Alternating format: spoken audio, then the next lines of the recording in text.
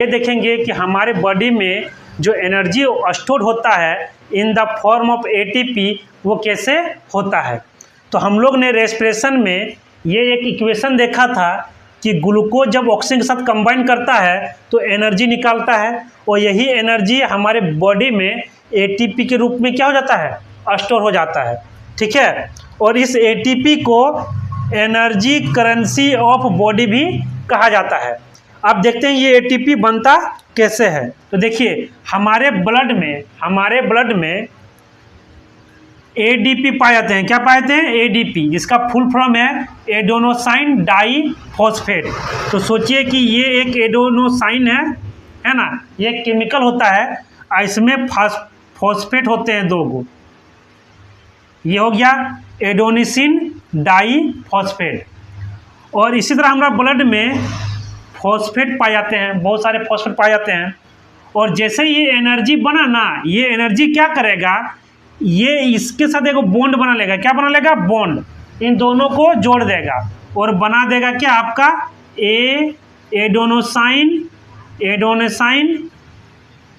Try phosphate. यहाँ क्या गो आ गया, यहाँ पर टोटल 3 गो, यानी ये बना देगा एडेनोसिन ट्राई फॉस्फेट। तो इस तरह इसी को बोलते हैं हम लोग क्या, एटीपी। तो इस तरह हम लोग क्या करते हैं, हमारे बॉडी में एटीपी बनता है।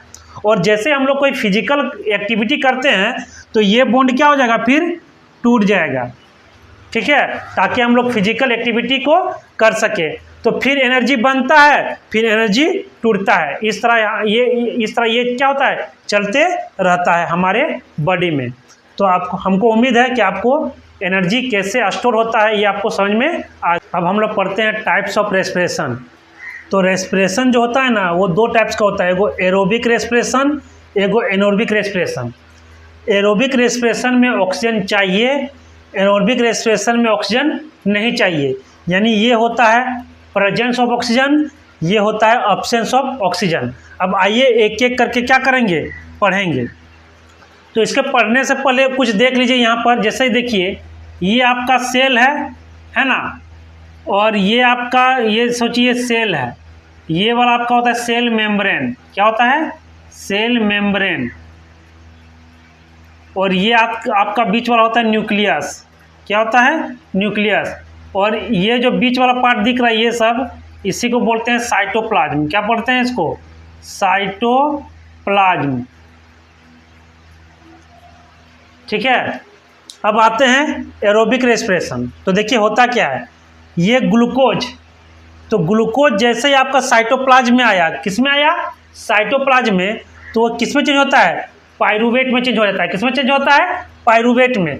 और यहाँ पर कौन सा गैस होता है? ऑक्सीजन। और ये ऑक्सीजन इस पाइरूवेट के साथ क्या करेगा? कंबाइन करेगा और बनाएगा CO2, H2O और एनर्जी। और यही एनर्जी हमारे बॉडी में एटीपी के रूप में, किसमें?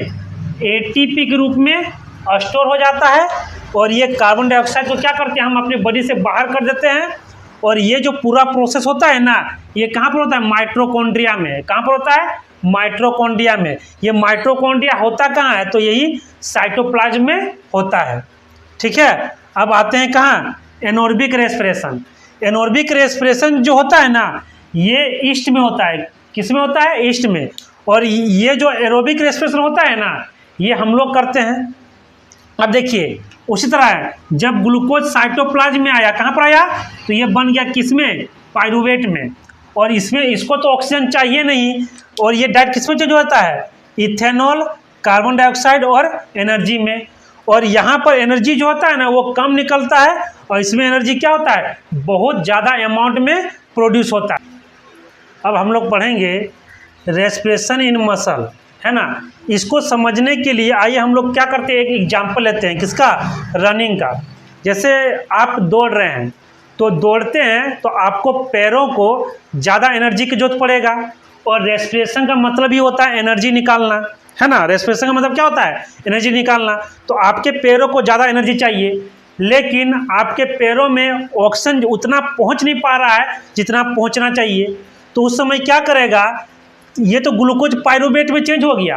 अब पाइरूवेट क्या करेगा? कम में ऑक्सीजन में वो क्या करेगा? एनर्जी निकालेगा, लेकिन उसके साथ क्या बन जाएगा? Lactic acid. लैक्टिक एसिड बनने के चलते हमारे पैर जब हम लोग रनिंग करते हैं, है ना, तो हम लोग को क्या करने होता है, दर्द करने लगता है। क्या करने लगता है, दर्द, क्योंकि ये आपका लैक ऑफ ऑक्सीजन में ही क्या निकाल रहा है, एनर्जी निकाल रहा है।